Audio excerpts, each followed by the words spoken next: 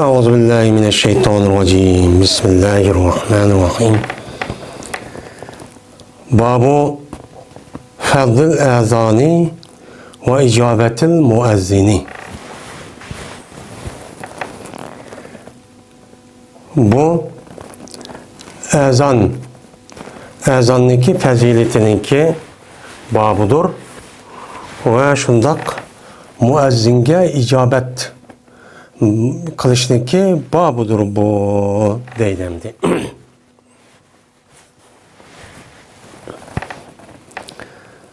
Şimdi ezan diyen bu kelimenin hem lügat mənisi hem şer'i mənisini aldığı dersimizde bir yer bildik. Hem de bir yerde ezanniki fazileti. Yani ezan aldığı dersimizde zaten okuması bulmaydığı Peygamberimiz sallallahu aleyhi ve sellem bunu yüzü berketkerligi, sahabeninki tuş görüşüde bir kanç sahabenin ya ki Peygamberimiz sallallahu aleyhi ve sellem'deki mene vehiy kılınışı arkalık mene berketilgerligi yukarıdaki hadislarda bunu bildik. Onda o andakin bunu asasen bu ezan okuş her bir namazda nime o sünnet. Yani sünnet-i muakkide ya ki vacip. Onu okumasak bulmaydı. Şunundaki her bir onu okumasak hem bulmaydı. Her bir namazda perz namazdaki her birisi de şunundaki cüme namazda ne kılışımız gerek, onu okuşumuz çok gerek. Bunu bildik. Hem de hazır kama pesilde ezan okuşundaki fazileti. Hem de o yerde ben aldığım dersimizde fazail diyen gepinin üstü toktaldık. Fazl diyen uşuk diyen gep. Şu bir narsa esi vücut çıkan bolsa onunki yeni bir yani uşkuna asas emas qo'shimchalar.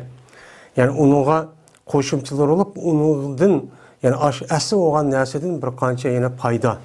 Ama shundaq ep kelganligi yani boshqa taraf qaragan vaqtning o'zida men mushun nima deydi fazl deydi endi. Yani fazail amal degan shu. Fazail amalniki yeni bir ma'nosi nima nafla. Yani esas ya farz ya vacip emas. O emelniki üzere. Onundan başka emel. Eğer onu kılan bolsa, onunki savabı aşındak hadislarda degende kaçta kat oludu. Ama kılmagan bolsa o adamdan onu da nima kılmaydı, o sürüş kılmaydı. Ana o halikin ezanniki fazileti. Ezan oka adam. Hem ezanniki onunki fazileti o kandak. Tinşiğa adam kandak kılış gerek. Bu. Ve muezzinge icabet kılıştaki babudur. Ve icabet. Yani acabe yücebu icabeten deydi bu yıllık makul deyiş. Yani ne medise o adam şu adamdaki gipige makul deyip onu inkas bildirişindeki üzerine ne mi deydi onu icabet. Ana o anikin muezzin ezan okuyan vakti üzerinde şu muezzinliki aşı diyen aşı kelimesiye asasen tinşiğa adam onu ne kılış gerek, icabet çok kılış gerek. Kandan icabet kıldı. Ne mi deydi o? Yani ne mi deyip ifade verirdi orada? Muşun üstündeki kelime o bab deylemdi. El-Fesl evvelu an Muaviyete razıyallahu ta'ala anhu kâle Semi'tu Resulallah sallallahu aleyhi ve selleme yakulu El-muezzinune etvanun nasi e'nakan yevmel kıyameti ravahu muslimun. Birinci fesl Muaviye razıyallahu ta'ala anhu rivayet kılındı ki dedi bu zat anladım ben Peygamberimiz sallallahu aleyhi ve sellem'den deydi. Muezzille mene adamlarınki en uzunraqdır niməsiyetidir, gədi nəsiyetidir. Yani onunki qədini bək nim boludu, uzun boludu. Kaçan? Kıyamet günü. Kıyamet günü muş ezan okuğan, muş namazga, her namazga mene muezzille kırıp ezan okup, xahni namazı çakırıp, oğutmuşta kıgan. Onunki gaflet haletidir. Mene bu yıllık tezkir adeti ekegen men muşu muezzillerninki üzü kıyamet günü de onunki gədini mene üçünden ne buludu boynu gədən. Mene demdi enak. Enak diyen yani onunki mufridi nime unuk. Unuk diyen nimemiş gədenmiş. Onda o andakin bu unuk yani gədənləri bununki kıyamet günü şundak uzun bolu değil. Uzun bolu diyenlikte nime igiz. Kağalıdı nime o Qağa Ədəmlə qarğa vaxtında muəzzillərinki şu qədini, Yani uzun bo'ldi degan gap. Yani uninki yalaqi badan turqi uninki qarg'a vaqtida uzun bo'ladi-ki, hamma odamning ustida bo'ladi degan gap. Yani bu yerda amaliyotda mana shunday bo'lsin yoki bo'lmaydi. Bunuga qiyomat kuni uninki gadini mana uzun bo'ldi degan gap, bo'yi uzun bo'ldi, ya'ni martabasi uzun bo'ldi, ya'ni savobi cho, noiti jiqcho bo'ladi degan gap.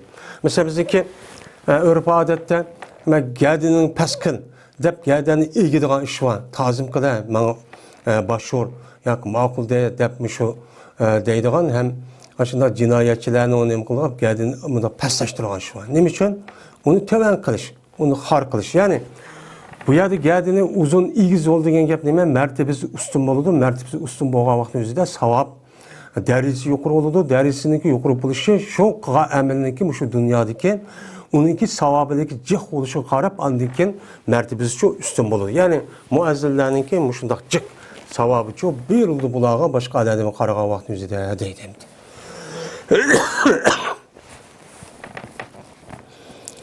وعن أبي هريرة رضي الله تعالى عنه قال رسول الله صلى الله عليه وسلم إذا نودي للصلاة أدبر الشيطان له ضرات حتى لا يسمع التأذين فإذا قضيت النداء أقبل حتى إذا صوب بالصلاة أدبر حتى إذا قضي التصويب أقبل حتى يخطر بين المرء ونفسه يقول اذكر كذا لما لم يكن يذكر حتى يضر الرجل لا يدري كم صلى متفق عليه.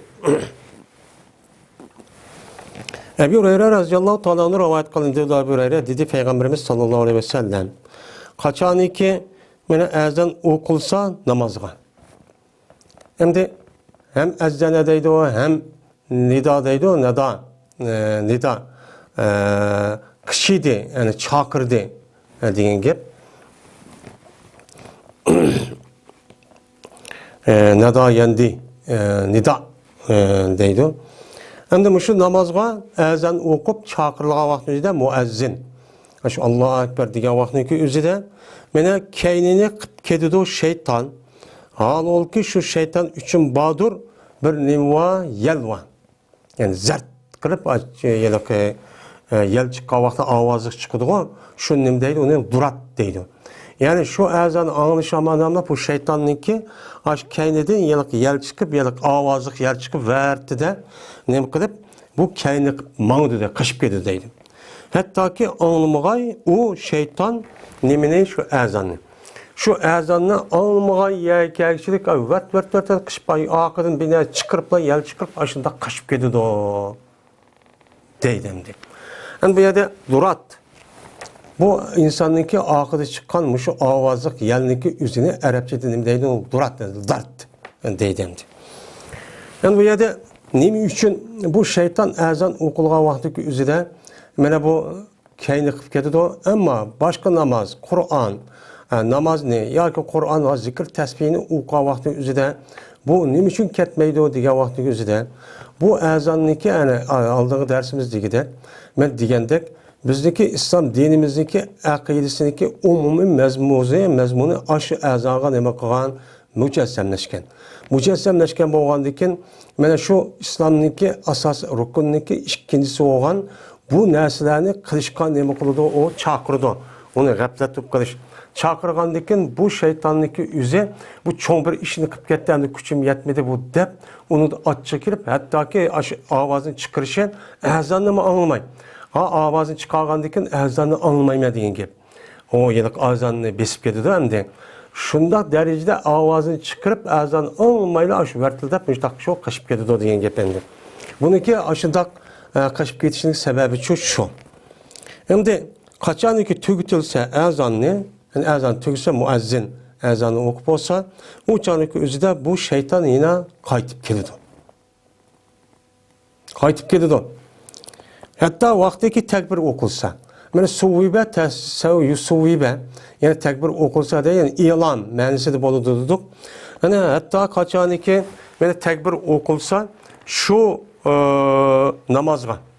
namazga tekbir okulga vaxtiki özü de yeni keynini kaşıp gidiyor. Keynini kaşıp gidiyor. Uçağın özü de. Hatta kaçaniki tekbir okuşunu tamamlansa, yani tüketilse, aldığını kıp geldi. Yani aldığını kıp geldi. Yani azan bilen muşu tekbirden ibaret olan bu azandaki pezileti çok müşendi. Yani muşu olan boğandiken, şuna bu şeytan aşı azan bilen tekbirin anlığa vaxtınızda ayadı ki tuğmaydı. Tuğmay ucanın üzerinde şeytan hem yerde kaçıp gitip, o yerde hali haleti çok kep kalı dendi. Şunun için ben balı tuğulğa vaxtın üzerinde birinci katım o balınınki kuluğdan. Kuluğumuş azanını anlısın. Dep şoğun nemi okuludu o balınınki. Ben kuluğa azanını okup isim çok koyuludu. Neymiş kan? Ben Peygamber yedisi degendek her kandak bir bala tuğulğa vaxtınki üzerinde şu balını yelike jağlaydı. Ana jağlışı çünkü şeytanlıki o balını nokş bilen şu sebepten jağlaydı o degen. Anda o andakin açta çıkkandaki bu şeytan kaçıp geçsin dep. Şuna bu Allah'ınki ismi bilen muşundak koluğa anlap bu adamın vücudu kirson, şeytan çok kanmısın dep. Men şunu neme kılıp yaxşıpal şekilde anladıkken şu küçük bala toğluğa vaxtın üzerinde neme okuyamaya, neme kılamaya azanı okup şu isim koymuş. Hatta vakti ki men aldırıp ketken de hatta ki keçi de aldırıp ketken vaxtın üzerinde mene şu şeytan bir kişi bilen kişiniki nefsiniki otursa da neme kılıdı bir nersini küçürdü. Yani vesves kılıdı, kıldırdı. Yani namazın için tuğa vaxtın üzerinde mi? Yani deydi o şeytan. Yani aldığını kıp gelip namaz okuğa vaxtın üzerinde mi? Yani esle, palanı işini esle, palanı işini esle deydi o. O iş anda bir iş için ki bulmağan idi o adam ben esep bakmağan idi. Xiyal kıp bakmağan, xiyal hiç bakmağan bundan burun. Aşındak işindeki üzü, ben namaz okuğa vaxtın üzerinde, ben aşı rüko, başı işini kağa vaxtın üzerinde, ağzıda ayet, aşındak vaxtın üzerinde, ben burun hiç bakmağan nesindeki üzü namazı keçirdi deydim. Yani o vesves kılış arkalık küçürdü o. Yani konuğu çoğumuş daha ne kılıdı. Yani esli tutu deydim. Hatta ki mene şunda şeytan aşında kalmak için mene hatta ki yürüldü yelaki kişi bilmeydi o kişi kançılık okudu. Kançın hareket namaz okudu adam. Kançı namaz okudu. Onun için bilmeydi. Bilmey ezip işkin okuğan memnundu. Mayadı ma ikinci rakette mesela oltuğan memnundu. Ya söğürü koşkan memnundu. Anı kılan memnundu. Manı kılan memnundu da müştakçı bup geldi o deydi. Anda o andiken azam bilen muşu tekbirniki pezileti çoğu muşundak neme o katta deydemdi. Muttafakun aleyh. Ve Nebi Said el-Hudri radıyallahu ta'ala anhu kâle. Kâle Resulullah sallallahu aleyhi ve selleme la yesma'u la yusma'u muda savtul muezzini cin la yesma'u muda savtil muezzini cinnun ve la insun ve la şey'un illa şehide lehu yevmel kıyameti. Ravahul Bukhariyyum. Ebi Said el-Hudri radıyallahu ta'ala rivayet kılındı. Dedi Ebu Said, dedi Peygamberimiz sallallahu aleyhi ve sellem. Anlamaydı muezzinniki avazıniki aşo en çikini. Yani muezzinniki avazı neye görüp yetido? Yani şeye görüp boğan arlıkta bir cin, yani ins, yani hiç kanda bir şeyi. Meyli kuruk neresi olsun, yön neresi olsun, perişte olsun. Yani ne kılmaydı o?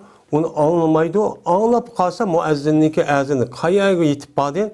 Şu ağırlıktaki insanlar, şu ağırlıktaki cinler, yani şu ağırlıktaki şu üsümlük mevcudatlar, yani şu anlısa uçanı kandak kılıdı. Guvalık verdi o kişi için bu nesine kıyamet günü şu muezzin için şu guvalık verdi o. Vay bu adam müştak neme kılan, azan okuyan biz guvalık vermeyiz. Dep müştak çok deydi. Bu adam de ins dedemdi. İns bu neme o cin hem dedi bu am. Meyli o insanınki yüzü, meyli kafir olsun, mümin olsun, Müslüman olsun, cin kafirlanın mı, meyli cillanın mı diyen gibi. Lakin bu yerde bu neme o has. Çünkü ayeti guvalık verip o azanı resmi anlap şu azamı boyunca muamele kılan kişiler kim o? Müslümanlar. Kafirler çok kılmaydı. Kafirler kılmagalı için şu an o azanın mı, neyim o, onun karı yok. Şu an o neyim kılmaydı iman etmekle. Şunun için bu ayeti şekil cihette, lefzi cihette ambosuma. Lakin mani cihette neyim o has. Bu yerde insi diyenliğindeki üzerinde yani Müslümanlar, Müslüman insi diyen gibi. Cin degendekin Müslüman nime cinler degen gep endi. Ve Abdullah ibn Amr ibn As radıyallahu ta'ala anhuma kâle Resulullah sallallahu aleyhi ve selleme İzâ semi'tum muezzine fekûlû mislema yakûlû summa sallu aleyye fe innehu men salla aleyye salaten sallallahu aleyhi biha aşren summa salul vesilete lil summa salullaha liyel vesilete fe innaha menziletun fil cenneti la tenbeği li abdin min ibadillah ve ercu en ekune enahu Femen se'ele liyes vesileten hallet aleyhi şefaatu ravahu Müslimun. Abdullah bin Amr bin As radıyallahu ta'ala anhum rivayet kılındı. Dedi o Abdullah, dedi Peygamberimiz sallallahu aleyhi ve sellem, böyle kaçaniki ansana muezzinni. Muezzini anlamaydı, muezzinniki ezinni. Demek sana ansana, yani muezzinin ezan okuallığını, sile demek olanlar danla, anda bir niməsini oxşiniki deydi o muezzin. Mən muezzin neme degen bolsa silimi şunun ki aşo aqiden ergişip onu ço dağlan. Allahu ekber, Allahu ekber, Allahu ekber, Allahu ekber dep meni koynunda işini ço muşunu dağlan. Onu deyken o muezzin ezan okup silimi aşo ma nemesi maqul dep bolğan deyken hem hemmisiniki üzeden bu yerde neme dese hemme kelimeni diğer vaxtda aynen demeyimiz. Bu yerde am. Am bolsa mı yani başka bir hadis var. Hayya ala salah, hayya ala fela diğer vaxtdaki üzede yani başka rivayet var. O yerde onu demey. Neme deydiğen danlar deydi. O çağınızda la havle ve la kuvvete deymeyiz diğer hadis var. Bu o maidis anını manini kulu haslaştırdı. Anı deyken bana neme kalanlar durt yollanlar. Bana için dua kalanlar. Ne için? Çünkü cezmen bir adam durt yollusa bana muşu dünyada yani bir adam bana bir kata durt yollusa yani Allahümme salli ala deptu sallallahu aleyhi ve sellem deptu Peygamber aleyhissalatu vesselam deptu mene muşunda degen bolsa mene Allah Teala şu kişiye şu bana durt yollağanlığındaki sebebiyle 10 hisse o adamı neme kılıdı rahmetçi kılıdı. Rahmet kılıp, anlayın o Allah o adamge sallallahu degen mi adamdı. Allah o adam dua kıldı dizip yelke dört yollaydı degen manide ama bu yerde müşakil deydiğinin bu. A labziniki yüzü sallallahu oğandikin manıdı mı sallallahu kılıp ama anın manisi okşumaydı. Yani labzi de okşusu mu manında yani müşakilat degen şu yelke ilm bedi'ninki nimsede. Bu adamdı Allah o adamge Mene şu okugan aş bir okugan aş salatniki sebebiyle o adamge 10 yani okudu yani 10 kata okudu da mukafat rahmetço kalıdo savapço berdo deydemdi.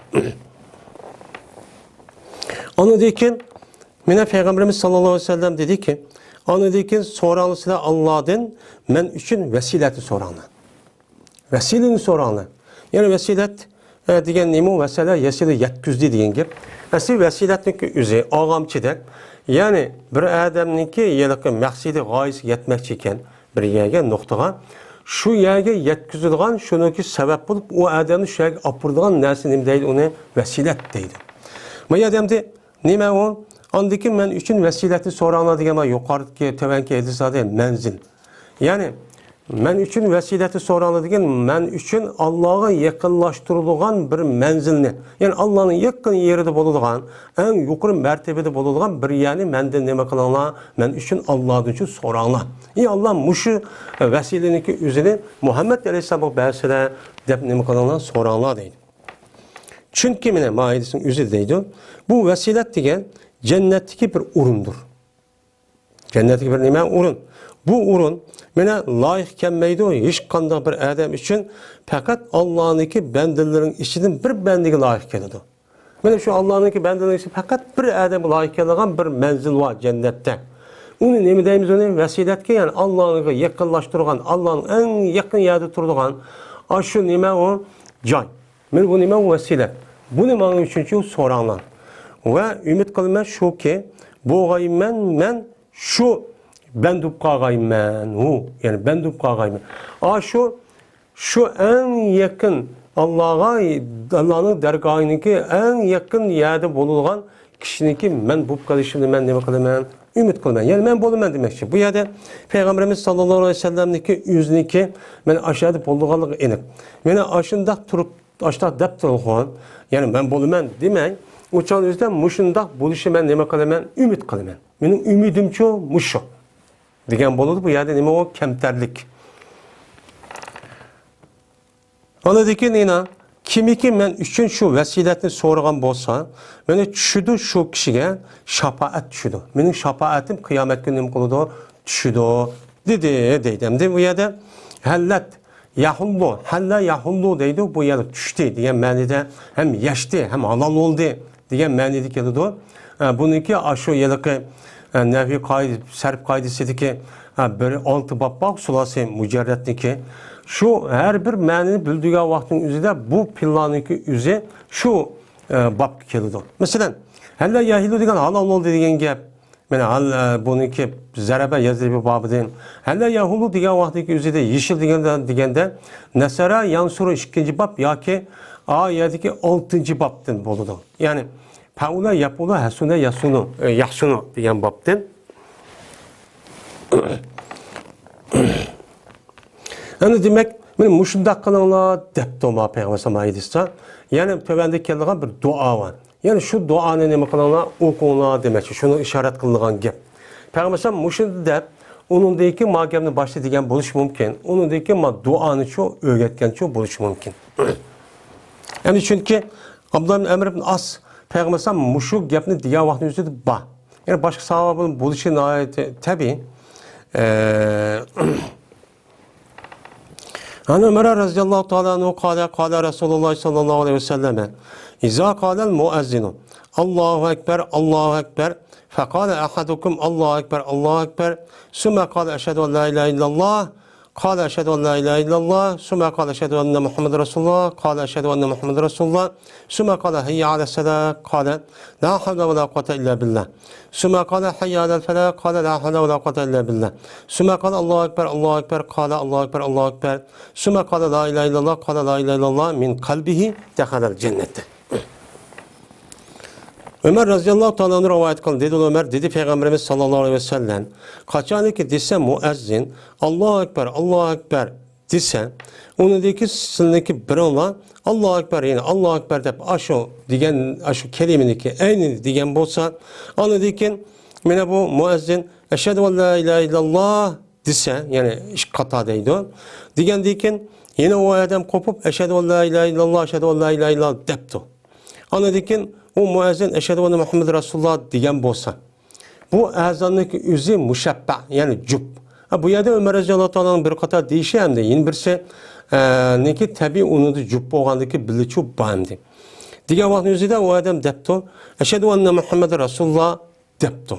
Diyen dikin o müezzin hayya aleyhisselam. Yani namazı kılanlar. Onu dikin yine depto diyende o adam la havle ve la kuvvete depto. Mena yukarıda ne mi dese şunu danlar diyen o am. Mayan mahedisindeki üze mene maya ne mi kaldı hassashtı di. Yani hemmeli ne mi dese hemmeli aynen danlar diyen gepnin üzeden hayyalel fela hayyalel salana hayyalel fela işkisi diye vakti onu demeyimiz. O nime onudun mahedis onu hassashtırdı yani. Yani namazı kılanlar vay namazı vakti kaldı diyen gep ne diyen gep. La havle ve la kuvvete illa billah degan gap. Yani la havle ve la kuvvete illa billah deymiz. Çünkü o müezzin namazı kılanlar, yaxşı iş kılanlar, palah kılanlar dep çağırsa şu yaxşı iş namaz aşağı kirişte Allah o adamı kuş kudret vermiş şu hareket müşundak muvaffakiyet müşun derse vermişse o adam her kança anlayan bilen mi o adam ne kılamaydı o yer için kılamaydı. Şunun için la havle ve la kuvvete illa billah'nınki mensi şu o. Yani fakat her kandak nersiniki hareketi, yötkülüşü fakat Allah olan buludu.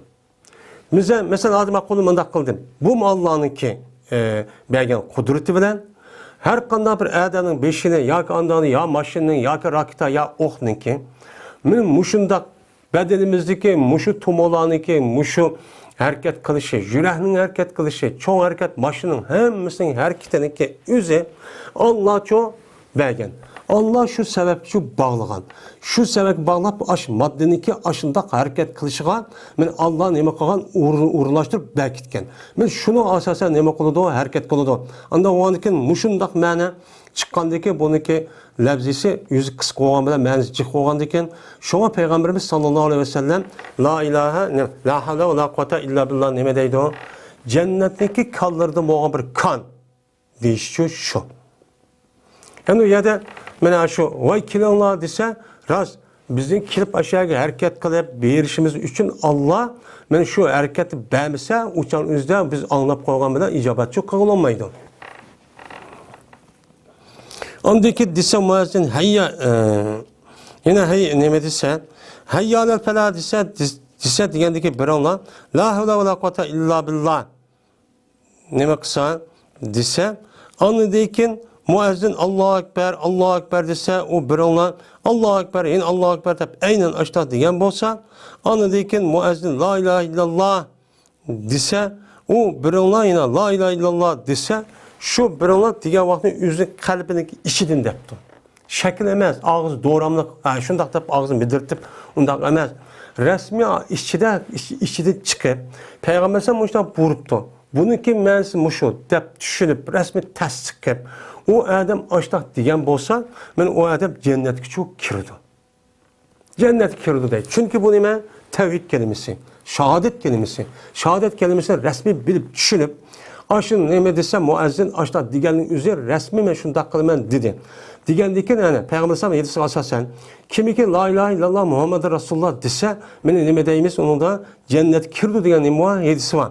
Men shuningki asosan bu hammasi tavhid kelimesi bo'lgandan keyin ashuni qalbimizda rasmiy tushunib, bilib aştaq degan bo'lsa, rasmiy jannatga kirdi. Jannat kirmaychi qolmaydi. Eğer hatalık bir işi ötküz koygan bolsa, ma'lum muddat devzakka kirib kuyib, undan keyin oxirida mangu u devzakda qolmay, oxiri jannatga chiqadi. Jannat chiqmaychi qolmaydi deb ma'niyatimiz endi. وعن جابر رضي الله تعالى عنه قال رسول الله صلى الله عليه وسلم من قال حين يسمع النداء اللهم رب هذه الدعوة التامة والصلاة القائمة آتي محمد الوسيلة والفضيلة وبعث مقاما محمودا الذي وعدته حلت له شفاعة يوم القيامة رواه البخاري. Cabir radıyallahu ta'ala'nın rivayet kıldı. Cabir dedi Peygamberimiz sallallahu aleyhi ve sellem bir adamı ki dese o adam ol bir vaxtdaki anladı o adam nidanı. Yani azanını anlayan vaxtın üzerinde bir adam dese ki ne dese bu yerde azanını anlayan vaxtta dedi. Azanını anlayan vaxtta duanı kılmayımız. Azanını anlayan vaxtın üzerinde meni nemi kılımız uçanın üzerinde muezzin ne dese şunu deyimiz. Yani bu hadis muşu azanını anlayan vaxtın üzerinde. Yani muezzin azan okuttuğa vaxtın üzerinde dese oldu. Bu zahir bu. Lakin biz zahir bu mani olan bilen ama bunun bundakça etmeyimiz, düşelmeyimiz. Ne için? Çünkü Peygamber sallallahu yukarıda dedi, bana anı deyimiz. Yukarıda ne mi degen bolsa şunu da anla, şunu degen bolsa cennet kirdi de, onu deyimiz. Yani demek, ma duanı kılışı, azanı anlısa, muşta dese degenlikten, yani azanı okup olgandaki ma duanı ne mi kısa anlısa, tabi ne mi konu bu yerde maniyetimiz. Çünkü başka hadislerden imkavakta tazat kip kalıdı. Azan ukavanın nime dese şunu dese denli dursa. Yine ağırda maidesinin zahiri karab. Yine azan ukavakta yine aynen muşun denlise o ikisini zit kip kalıdı. Şuna bu zit geliş her kandak vaktin üzerinde Kur'an hadisinin içi düşüyor. Yok bir zit. Kur'an hadis birbirisi nime kalıdı? Tefsirleydi. Muştan nime kalıdı tefsirleyimiz. Yani azan okup olgan deyken bir adam tövenki duanı nime kılışsa dese. Hallet lahu şefaati yevmel kıyameti ki onunki nimisi olmalı, cezası olmalı. Ben o adam için benimki şefaatim, kıyamet şefaatim ne koludu? Düşüdü. Boludu, halal boludu yani düşüdü deydi. Yani bu dua kavı. Allahümme Rabbe hazihi davati tamme. Allahümme diğerlerini bilimiz. Asli bu Allahümme'deki eslime ya Allah. Bunu nehvide okup olduk yani. İyi Allah diyen gep. Rabbe hazihi davati tammeti. Rabbe diyenlik beşitki nida harfindeki üzün imam-ı mehsub. Ya Rab, Ya Rab diyen gep. Ya Rabbe.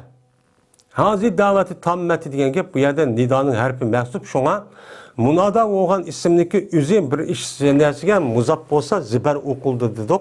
Şuna böyle Rabbe deb nima o'qidi, ana zibar o'qildi. Mana hozir da'vatning muzofin ilay bo'ldi, at-tammati ad-da'vatiniki nimasi sifati. Hey Rabbim, ey Allah, mushu da'vatga, mushu islomdagi iborat bo'lgan bu chaqiriqniki komil mukammallashgan, mana takommullashgan, mana umumiy tarafdan omlashgan mushu da'vatniki Rabb bo'lgan, hey Rabb degan gap. Endi bu da'vat, yani mushu da'vat, yani mushu chaqiriqqa, yani azonning o'zi desam bo'ladi, yoki bu da'vatga u da'vat qavm, yani islomga chaqirish. İslam'ı çağırış, yani İslam din. Yani İslam dininden ibaret olan, bu dinninki ilgisi olan, Rabbi olan ey zat diyen gibi. Ve salatul kaimeti ve ukuluvatkan, muşu ukuluvatkan namazninki nemisi Rabbi olan nime o, Rabbi olan ey zat, ey Rab diyen gibi. Muşu ukuluvatkan, mevcut buvatkan, muşu ibadetninki mena hey Rabbi degan gap. Endi as-salat degan namoz, ya'ni namoz mena bu da'vatniki birinchi so'li shahodat, men la ilaha illalloh. Uningdagi nima keladi? Namoz keladi ya'ni. Namoz o islom dinimizning ikkinchi asosiy nimasi, rukni. Unda o'anikin mayada qoimat degan nima? Qoimat degan qoma yaqumu tudi degan gap. Ya'ni tudi degan gap yo'q yerdan vodoq o'rqopib mavjud bo'ldi, buvadidu degan gap bo'ladi. Unda o'anikin hozir mushu o'qilmoqchi bo'lgan, o'qilayotgan mushu namozniki Rabb bo'lgan, ey Rabbi degan gap. Keltirsizlar.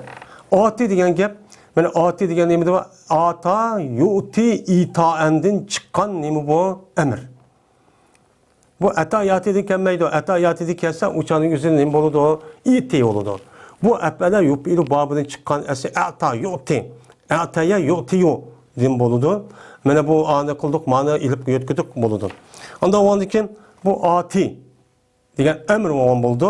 Unda o'zi keltirsizlar, mushu zat, yani mushu Rabb, mushu ilahimiz Muhammed aleyhissalatu vesselam'a nimeni vesilini. Yani bir cennetki urundaki, cennetki urunda şu Muhammed aleyhisselam'ı çok keltirsizlar. Ve faziletni, yani ortukçuluk, şu zatga beriladigan bir ortukçuluk, yani havuz kevserden ibaret olan bir narsa şu ba. Yani mukafat şekilde berilgan. Şu inna atayna kel kevserdeki şu. Yani mukafat cihatte sana men biz sana kıyamet günü Kevser nima qilamiz beramiz. Yani mushu fazilatni nima qilsa Muhammed aleyhissalomga bersizlar. Ve qo'zg'isizlar, ey Allah, ey mushu da'vatniki Rabb bo'lgan zot, shu Muhammed aleyhissalomga meni maqomi Mahmudga nima qilsalar Muhammed aleyhissalomni meni bir urug'iki danglangan urun bor. Mana u zotniki bir şu Allah taolo bilaqa hazırlab qo'ygan bir urun bor. Urun nima urun? Mahmud. Davomli shu urun kelsa u kishi nima qiladi? Danglanadi. Maqtuladi. Shunda maqtilgan bir yava shu zot, shu Muhammed aleyhissalomni shu urunga nima qilsa, qo'zg'isa, shu kishilarning shu joyda qo'zg'isizlar. Ki sizlar bu joyniki o'zini unuga nima qilgan? Va'dachi qilgan. Men sana şu aşında kıyamet mertebeni yukarı kılman, dağınlaydıgan müşünde hemmenin üstün kılman deb aşında va'da qilgantilar, ey Rab, ey Allah, men Muhammed aleyhissalomga müşünde çok bahsile degan gap. Anda o'g'aniki bu duaniki, men azanniki bu duası muşu. Yine bazı rivayetlerde Mahmud allazi va'dahu varzuqna şafaatahu degan mundaq bir narsa qo'shib qo'ydi. Asli rivoyatda Sahih Buxoriy muşu endi. Muşuni nima qilishimiz kerak? O'qishimiz çok kerak. Mana mushundaq bo'lsa bu odam uchun meniki shafaatim qiyomat kuni nima qiladi? Tushidi deydi endi. Yani halol bo'ladi. Men o odamni shafaat qilib qoldiman, xato bir ish qilib, men shafaat degani nima? Qutqizish degan gap. Shafa yani mushabba, yani o adamni mushu bir adamniki oldida bir xatolik o'tkazib qolgan bo'lsa, voy unda qilmasa ya, men bu odamni nomaqul bo'lay, voy unda qilmasa jazolamasa, uni bundaq bir uni urib undaq qilmasa, voy bu o'zining oldida men nomaqul bo'lay deb, men bu odamni shunda bir qiyinchilik ahvollardan qutuldirib qolganligining o'zi nima? O shafaat. Mana Muhammed aleyhissalatu vesselam şu kıyamet günü yani insanlarniki hemmisi bu şafaatning turicik yani bir qancha shafaat bo'ladi. Men shu vaqtning o'zida men shu ummatniki ahvoli ig'ir kuniga qoladi. Yani cho'ng bir shafaat. Hemmesi ma qanday qilamiz uzun ketdi deydi. Mana hadisda bor. Aldı olan Adem Aleyhisselam kaç geldi o, onundaki Nuh Aleyhisselam kaç geldi, müştak kirip ahir Peygamber Aleyhisselam kaç geldi. Peygamber Aleyhisselam kaç geldiğinde Allah Teala andaki nemiş geldin deydi, müştak kalırsa neymi desem şunu birildim deydi, şuna bir şefaat, onundan başka Havuz Kevser şefaat var, onundan başka müşundak uyabiyatı turup kalgan muşu bazı hatalık ötküzüp men ahval xatar uçup kalgan vaktin üzüde Peygamberimiz sallallahu aleyhi ve sellem Allah'ın bergen şu şefaat ruhsati bilen uyada onun nima qilib qoldi, qutqizib chu qoldi. Bu nima o şefaat? Yani men hozir namoz o'qidim o dunyoda. Men yaxshi ishni qilyaptim, ani qilyaptim, mani qilyaptim. Men uttu jannatga kirib ketaman deyish unda oson emas. Unda ish yo'q. U qiyomat kuni bo'lgan so'roqniki o'zi qanday? Mana 500 ming yil, onun neçe ming yıl aşındaq so'rilgan gap. So'rilgan vaqtimizda Peygamber sallallahu degan edik, agar Allah bir odamni rasmiy hisoblansa, uçaq tugashdi degan nima bor? Mazmun bor. U to'g'ri-mi uçağın o'zidamdi? Hozir hamda do qarab, men namoz o'qidim. Mana shundaq islomiy qiyofat shakl bo'yicha qildim, men odam. U kibr, u nima, u mag'rur, u shaytonning ishi. Yani şundak boğandan ki benim muşu işim, muşu okugan, muşu kıvatkan işim, bana şunu bolamı, bombasımı da ashabılda kılış gerek.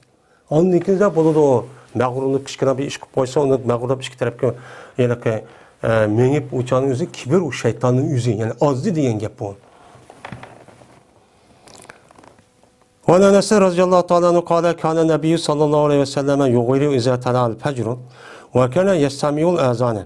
فإن سمع آذانا أمسك وإلا أغار فسمع رجلا يقول الله أكبر الله أكبر فقال رسول الله صلى الله عليه وسلم على الفطرة ثم قال أشهد أن لا إله إلا الله فقال رسول الله صلى الله عليه وسلم خرجت من النار فنظروا إليه فإذا هو راعي معزا رواه مسلم. Enes radıyallahu ta'ala rivayet kılın dedi o Enes.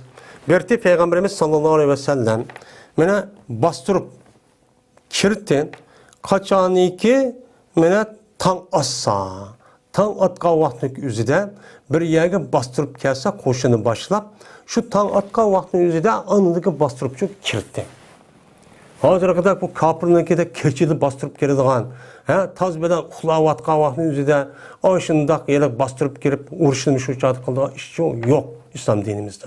Peygamber Aleyhisselam'daki adeti de bir yerge hücum kılmakçı olan bolsa, mene, mene ağara yoğayro deydi, ağara yoğayro degen, mene asker koşundaki üzü bir yerge tuyuksuz, bastırıp hücum kılanlıkdaki üzün nemi deydi, ağara yoğayro deydi. Mene Peygamber Aleyhisselam şundak vaktin yüzde şu iş kip kalsa, bu keçici saklap, muşu tam atkallıkını çoğu saklap durdu.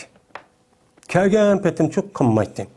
Ve berti kulak saltı Peygamberimiz sallallahu aleyhi ve sellem azan için kulak saltı. Yani aş mahallede aşağıda azan çıkamdı, çıkmamdı. Dem. Pes eğer anlısa Peygamberimiz sallallahu aleyhi ve sellem bir azanını şöyle bir azan anlayan olsa yüzünü çok tutmalıdı. Onu bastırıp çok kirmeydi. Bu Müslümanken deydi.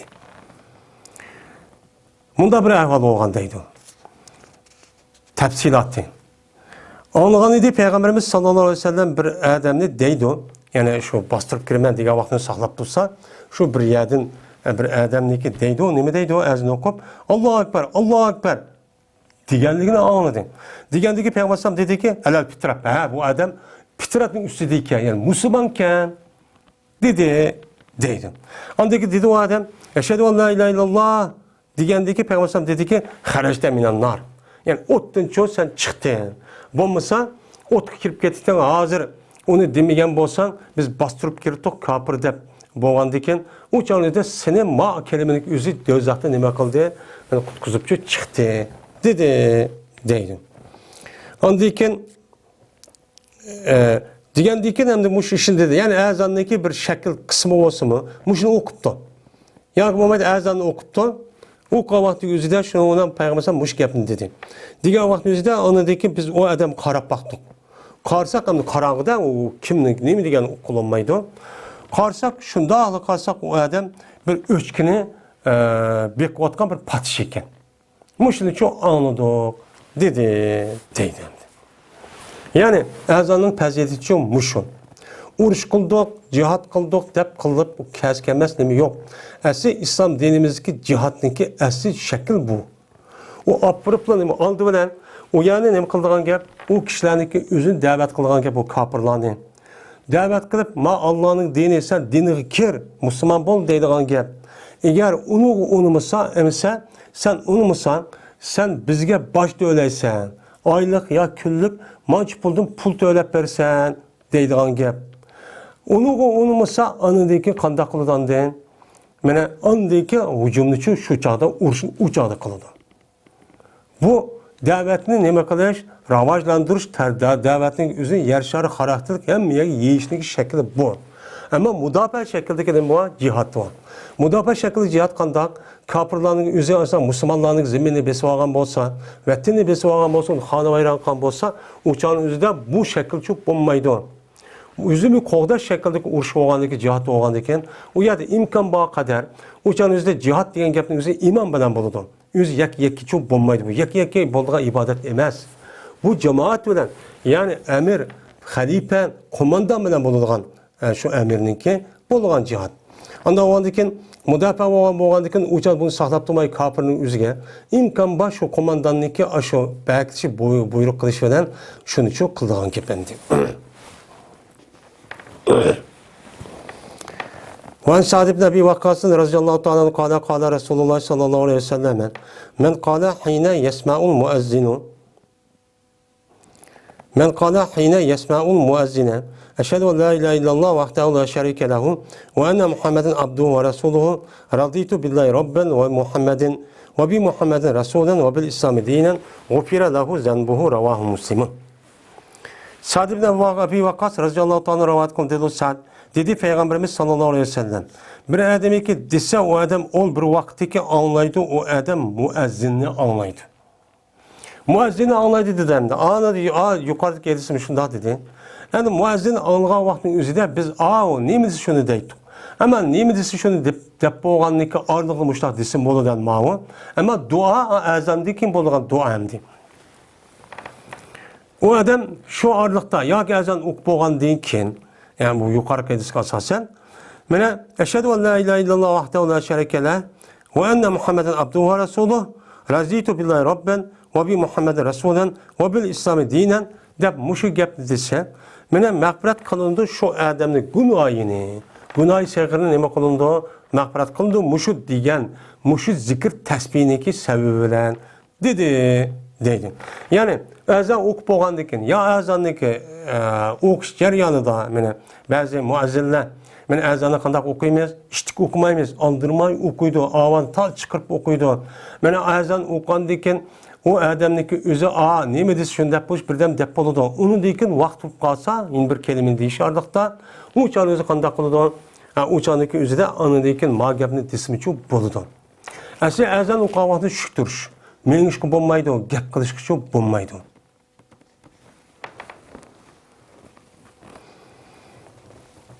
Deydi bu zikrniki tesbihniki ma'nosini bilamiz yani. Guvohlik qilmanki Allohdan boshqa hech qanday bir iloh yo'q.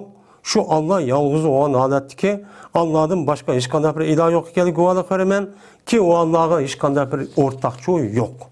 Va shuni guvohlik qilmanki Muhammad alayhisalom Allohniki bandasi va elchisidir. Allohga Rabb jihatdan nima bo'ldim, rozi bo'ldim. Yani Allah Teala'nınki bizdeki Rabbimiz ikkaligi men içimden resmi razı olup meni ne bilsem makul deydigan müşahadat şu keldi. Yani Muhammed Aleyhisselam'nınki peygamber buluşqa nima qildi? Muhammed Aleyhisselam razı oldum peygamberlik nima deyin cihetidin yani bu nima o yani bu razı oldum ben Allah'a Rabb cihetden. Yani Rabb bo'lgan holatda yoki Rabb haysiyetidan ya temiz desem oldu. Muhammed Aleyhisselam'nınki Resul buluşqa ben nima bo'ldim? O'changiz buni rozi oldum. Yani Muhammed Aleyhisselam'ın şu resmi peygamber ekanligi ben içimde razı olup nemisi ma'qul deb, uni ko'nglim bir yerda mandaq bo'lib qoldi demay, mushundaq rozi degan gap shu. Men mushundaq bo'ldim degan gap. Yani islom dinininki o'ziga, meni islomninki o'ziga din bo'lish jihatdan rozi oldimki, islom dinimizniki rasmiy din bo'lishqa. Men rasmiy nima bo'ldim, rozi oldimki, uniki Nima desa shu bo'yicha amal qildigan, ishimdan yaxshi ko'rib mushtaq qildigan bo'ldi degan gap. Ya'ni bu niki ma'nosi bu. Ondan oldin mushunda degan bo'lsa yoki azon o'qish jarayonida yoki azon o'qib bo'lgandan keyin men shu odamniki gunoh sig'irlarniki hammasi nima qilindi, mag'firat shu qilinadi deydi. Men bu hadisni Imom Muslim rivoyat qildi. وعن عبد الله بن مغفل رضي الله تعالى عنه قال رسول الله صلى الله عليه وسلم بين كل آذانين صلاة بين كل آذانين صلاة ثم قال في الثالثة لمن شاء متفق عليه.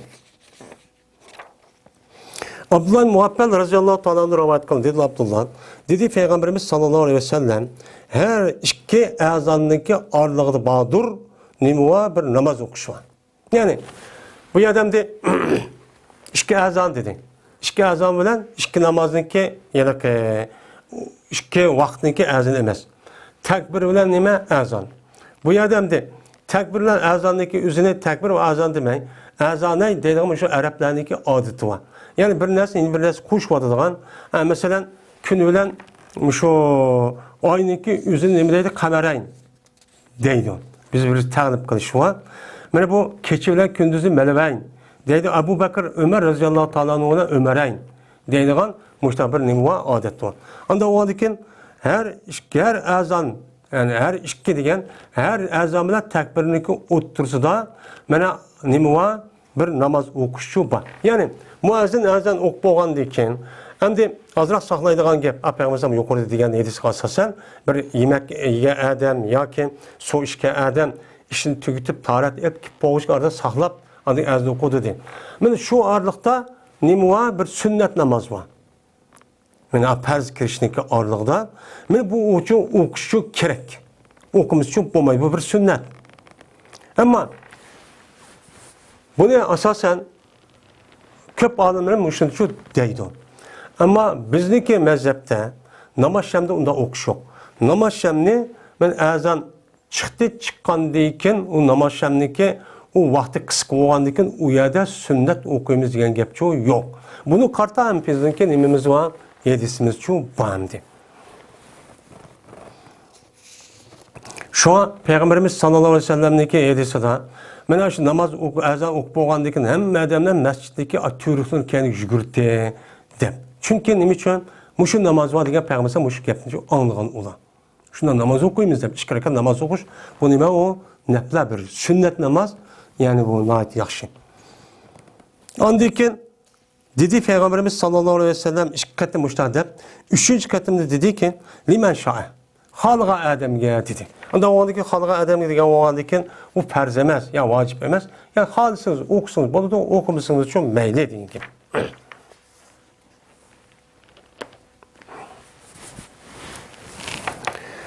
الفصل الثاني عن أبي هريرة رضي الله تعالى عنه قال رسول الله صلى الله عليه وسلم الإمام ضامن والمؤذن مؤتمن اللهم ارشد الأئمة واغفر للمؤذنين رواه أحمد وأبو داود والترمذي والشافعي وفي أخرى له بلفظ المصابيح. İkinci fasıl. Ebu Hureyre radıyallahu ta'ala rivayet kılındı Ebu Hureyre.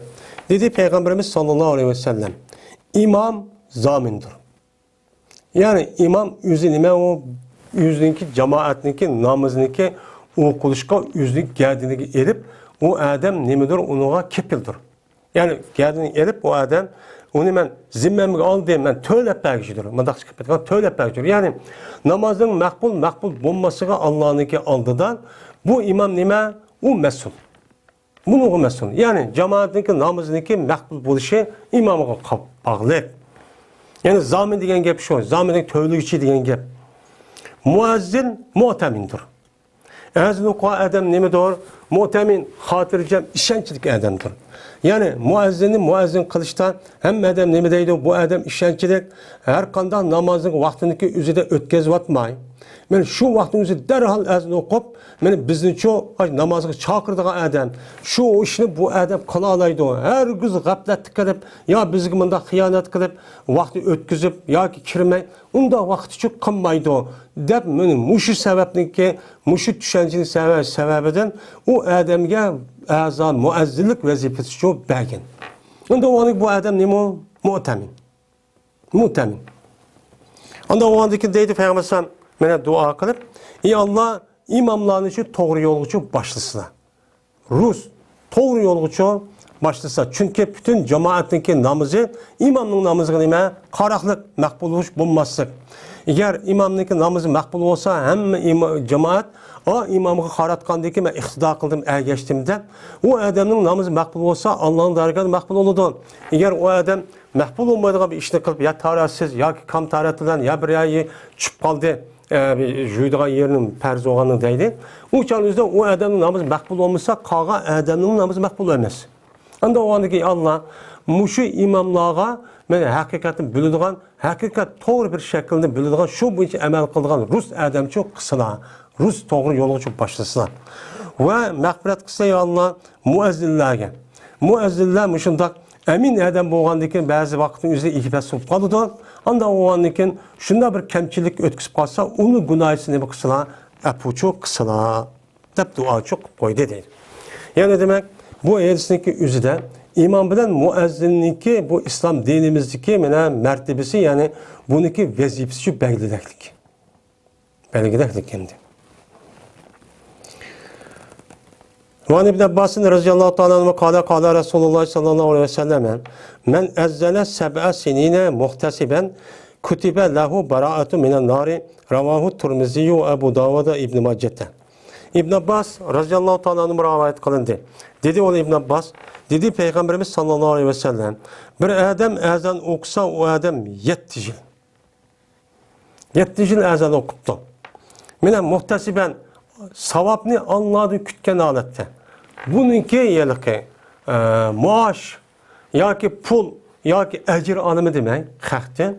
Fakat ezan uqallıqını ki, muşu özem çıktım, ömrümünü bədim, avazımı çıkardım, bu yer uxlumudum. Men davamlıq namazın vakti qandaq oldu ki, qançan kirdi ki, dep muşundaq özem bu işte məşğul oldum. Yani ömrüm şu yerde qıldı. Bununki karşılığını, bu dünyadaki maaş undaq emas.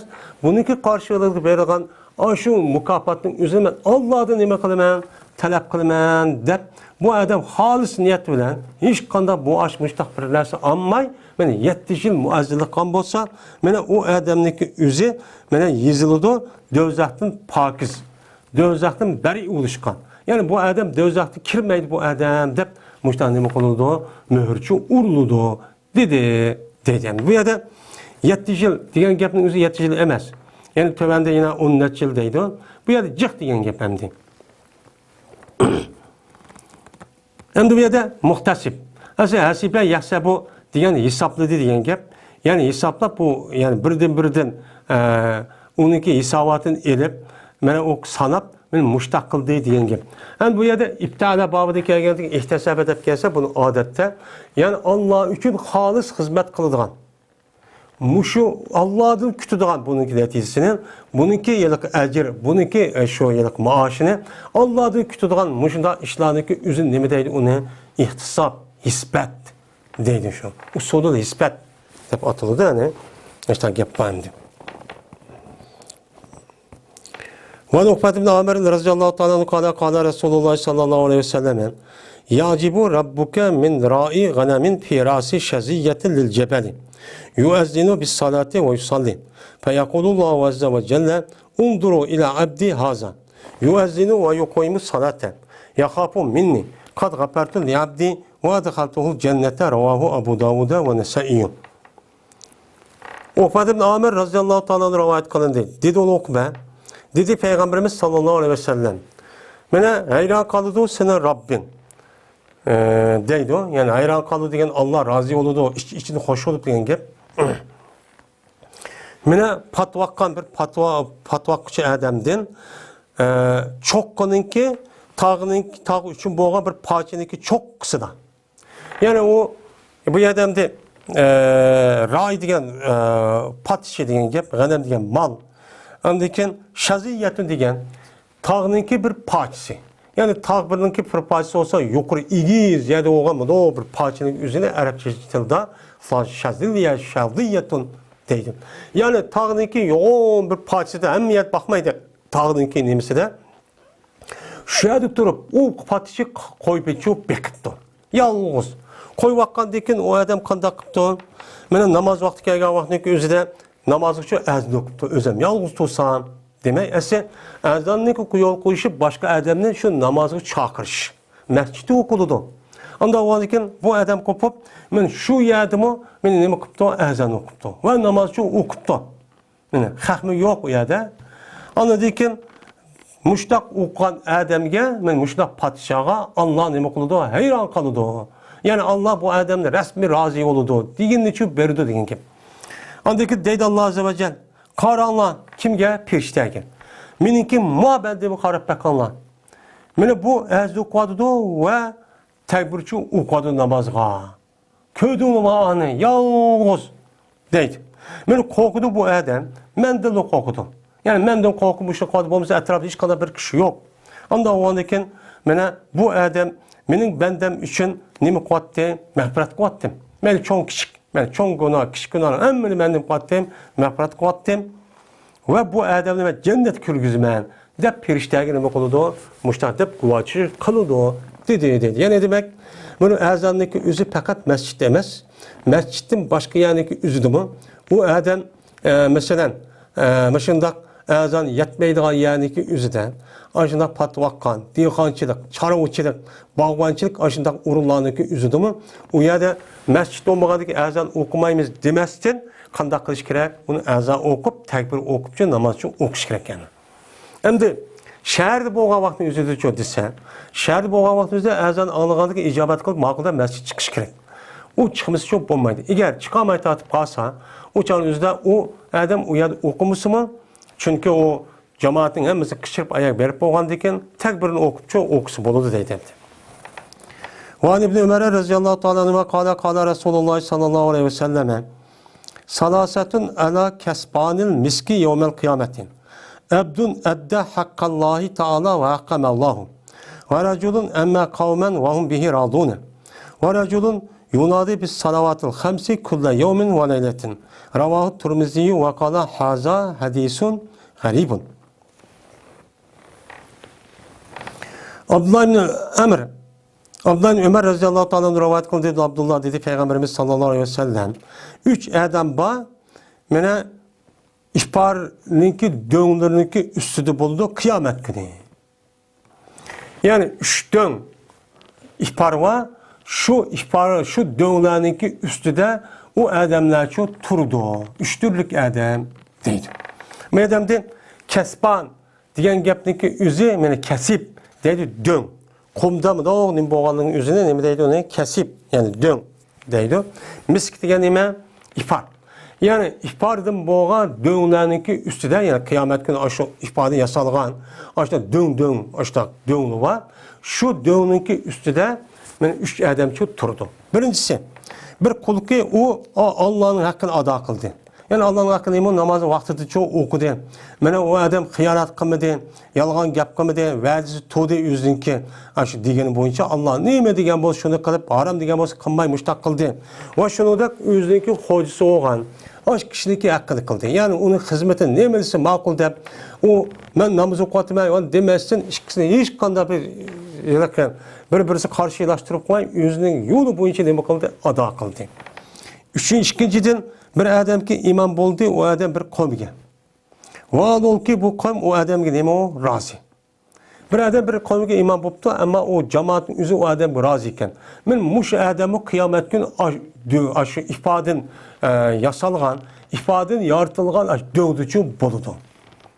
Üçüncüsü bir kişi ki mene azan toğlaydı namazga. 5 vaqt namazga keç gündüz nima qiladi? Meni azan to'g'laydi. Meni mush odammi meni qiyomat kuni ash miskdan iborat bo'lgan, iftordan iborat bo'lgan ash do'ngdichi bo'ladi dedi. Yani demak azan o'qiganlikning ham iymon bo'lganlikniki mushundaq nimasi va fazilati bor. Chunki iymon bo'lmak, muazzin bo'lmak tez. Hem hozirgi dunyoniki o'zida ham yuqoridan ya ki muhtasip dedi hem de o vaxtınki üzüde insanlar muazzin iman bolsa halis oldu. Hem o vaxtın üzüde bazı vaxtın üzüde mesela yana ki pul maaşı ep bolsa aslında şunu kılış gerek. Çünkü adam ibadet kandıyken yani namazınki hem ezan hem tekbir bu ezan okuş hem imam buluş hemisi ibadet. Bununki mukafatı ben Allah'ın alim edep kılıdı o adam. Bu Allah'ınki hem belki de perze ada kılımen hem onun için mukafat Allah'ın alim değil. Ancak o anki bu adam bunu asasen kandak kılış gerek Allah'ın ilişki gerek yüzdeki şahsi durumuşta imkan bolsa yüzü işlep bundakça onu karşılığında bir mukafatçı alması gerek. Yani ecirci alması gerek. Bu asasen. Hem de ama tevende yine bir nim var. Hem de o adamdaki yüzü, ben o işte kılım, bu işte kılım ben dese uçandaki yüzü de bu muazzin buluş, hem imam buluştaki yüzü çok yok hap gidiyor. Ha uçanın yüzü de ben cemaat ya ki bu şahidi ki nime aşınki turmuşluk yetişlik aşta kınarsın çok küpesi çok boludu. Ölmemiz bunda da çok kara edemdi. Eğer hemen şu Allah'a bununki mukafatını dünyada savab şöyle alırsan sen muazzin, muannim, imam bolsan dese ne adam turmuş oldu. O turmuşun kanda kılandı. Turmuşun kanda hava yandı o adamlar. Ona kılmaydı. Ve Nebi Hureyre radıyallahu teala anhu kâle Resulullah sallallahu aleyhi ve sellem el muezzinu yuferu lehu muda savtihi ve yeşhedü lehu kullu ratbin ve yabisin ve şahidus salati yuktebu lehu 25 salaten ve yukeffera anhu ma beynehuma. Ravahu Ahmedu Abu Davud'a ve İbn Mace'de ve ravan Nesai'yu ila kavlihi kullu ratbin ve yabisin. Ve kâle lehu ve kâle ve lehum mislu ecri men sallah. Ebu Hureyre radıyallahu ta'ala rivayet kılın. Dedi Ebu Hureyre. Dedi Peygamberimiz sallallahu aleyhi ve sellem muezzin mağfiret kılınıdı şu muezzin için yüzünki avazı yetken yergiçilik. Benim mağfiret çok kılındı. Yani muezzininki avazı ne yetken olsa şu yetken yergiçilik aşı insi, cin ve onun başka üsümlük ya kurup kalan neyse aşağıda anlayan olsa şu yergiçilik mene aşı adamın günahı sokup kalsa mesela şu adamın günahı çevirip kalsa hemen ne kılındı? Mağfiret çok kılındı. Ve guvalık verdi şu adam için mene her kandak yol ve kuruk nesini verdi kıyamette guvalık verdi ki mene aşı ezan avazı yetken yergiçilik aşı nesile ve ya Allah ma adam ezan okudu ma muezzin mandak dedi falan vakit mandak kıldı dedi müştah çok guvalık verdi. Hem de ve şahidü salati şu muezzin ezan okuyan şu namazga hazır olan adam. Vay muezzin ezan okudu mescid çıkmasa bulmaydı vay namaz okumasa bulmaydı dedi. Digendekin mene yüzyılıdı şu adamga 25 namazcı okudu dep yazıdı. O adam mescid çıkıp bir namaz okusun ama Allah'ın dergahında o adamga 24 yani 25 namaz okudu dep bununki savabı çoğu yazılıdı. Ve kefaret kılındı şu adamdan anda bir günahki şu namazdaki iki namazın otursidi. Peşin bilen esir. Ya esir olan namazlarındaki oturduğu günahındaki üzerine hemen okuyan namaz bilen nim kadıdı günah çevirip kalsa küçür vadıdı. Dedi deydemdi. Anda varken benim şu ezan okuşundaki mukafati şu ezanındaki anlayan adam ninki berilgan mukafat çoğu aşın sebebiyle namaz okudu. Bunu berilgan nime savab muşudda deydi. Beni bu hadiste İmam Ahmed, Abu Davud, İbn Mace rivayet kıldı ve rivayet kıldı İmam Nesai. Beni Peygamberimiz sallallahu aleyhi ve sellem'deki kullar Rabbin ve yabisin diye yerken rivayet kıldı. Ama şahidü salati diye yer çoğu yokken. O dedi Peygamber sallallahu İmam Nesai'nin ki rivayet eder. Ve lehu mislu ecri men sallah dedi. Ve o muezzin üçün bağdır. Yani lahunuzun muazzin bağdır. Anda bir kişideki savabındaki okşu vaki namaz okudu. Yani muezzin ezan okuğa vaktimizde ezanını okuğanlık sebebinden ve muezzin ezan okudu deyip mescid kelgen bolsa o adamga savab buludu yani. Şu savabındaki okşu yani şu adam muezzinge çok buludu. Muezzinge çok boludu. Muezzin az okuanı bir savapını alıdı. Onun için yüzü namaz okuanı bir savapını alıdı. Tekbir okuanı savapını alıdı. Onun da başka. Kelgen adam, kança adam gelse 100 ya 200, 500 adam kelgen olsa, ben şu adamınki savabı o adamlık boludu yüzüge. Hem yüzük boğandık azan okuan muezzinge çok boludu. Neymiş kan? Dallu alel hayri kefaidi. Bir adam, Peygamber yediz, bir adam, yine bir adamda bir yaxşılık başlap koygan bolsa, meni maaş, mındaq qılın depti, başlap koyuptu, o adam maqul dep qilib, şu boyunca işini çok galiba qıptı, qazılıptı, mana o emilleştiripti. Kan bolsa o adam mukafat verildi. Mukafat bergendikin şu mukafat tapqan adamniki savabıniki oqşı, aş işki başlap qoygan adamniki şu boludu. Degan Peygamber nemisi var? Yedisi var. Bu nima umum qayda. Şunun için biz devamlı qanday qilishimiz kerak? Bir adamni yaxshi bo'lishimiz, yaxshilik uchun ko'rsatib qo'yishimiz, o'rgatishimiz, bildirishimiz, deyishimiz çok kerak. Mushu bildirish, deyish, o'rgatish orqali, mana boshlab qo'yish orqali bir odam hidoyat tepib yaxshi ishlik qilib qolgan bo'lsa, ya yaxshi ishlik qilib qolgan bo'lsa, u odam mukofotni olgan ekan. Shuniki mukofot qancha odam bo'lsa, shu boshlab qolgan odam bo'ladi. Manda mukofot olgan gap. Allohning mukofoti mana shunday. وعن عثمان بن أبي العاص رضي الله تعالى عنه قال قلت يا رسول الله اجعلني إمام قومي قال أنت إمامهم واقتدي بأضعافهم واتخذ مؤذنا لا يأخذ على آذانه أجرا.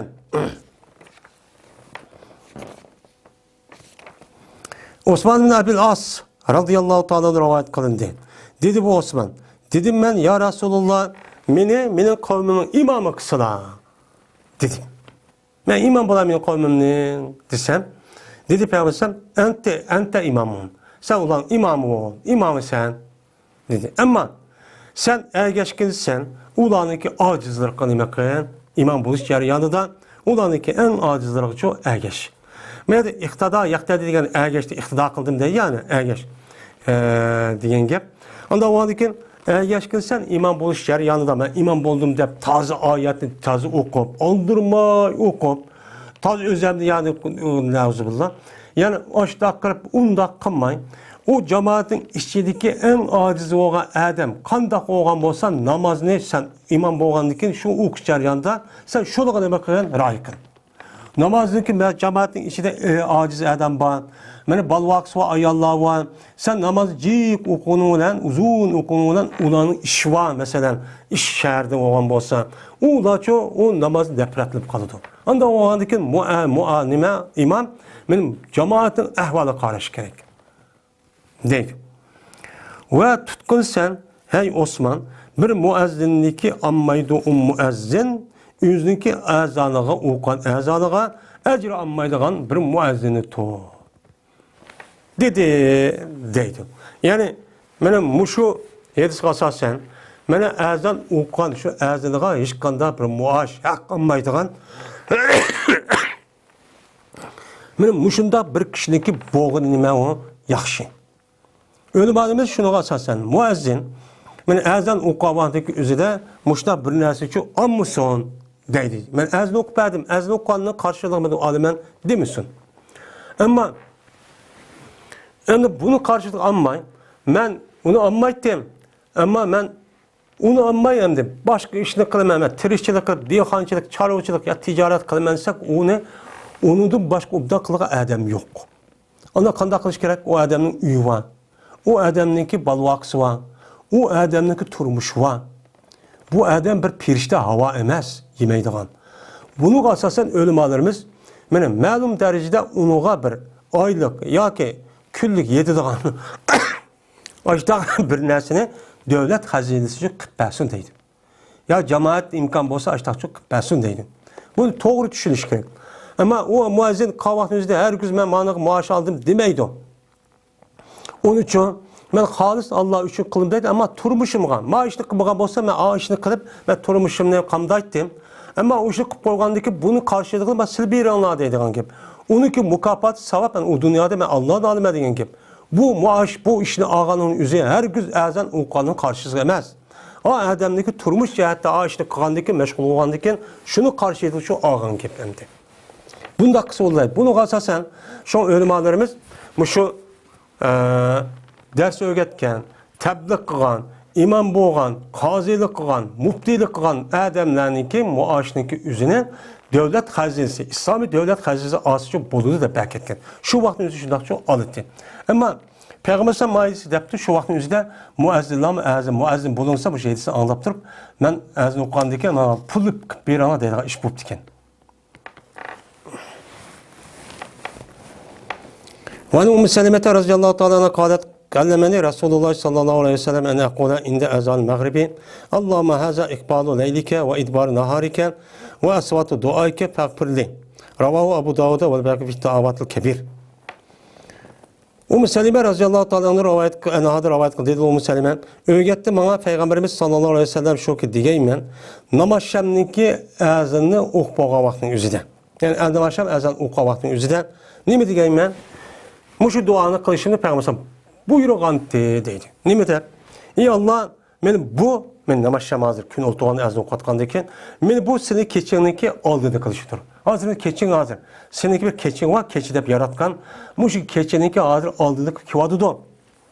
Ve seninki kündüzündeki akısıdır. Yani seninki kündüzün hazır akını kettik kündüz hazır. Tügüde. Ve seninki muezzininki nemisidir, avazlarıdır. Seninki muezzinin oğan, seni tarafka kışırdığın muezzini var, şununki avazları hazır çıkmadıdır. Onda oğan dikin, ey Allah, men üçün məğfiret kısılar dep, şu duanı için kılığında Peygamber müşün için öğütüp koygan deydi. Hem de bu namaz, ezan o qabahtın üzeri dep, ezan o qabahtın üzeri hem ne mi dese şunu dep, şu ağırlıktan mani dese mi çok bolu demdi. Bunu okusak mı çok bolu benim.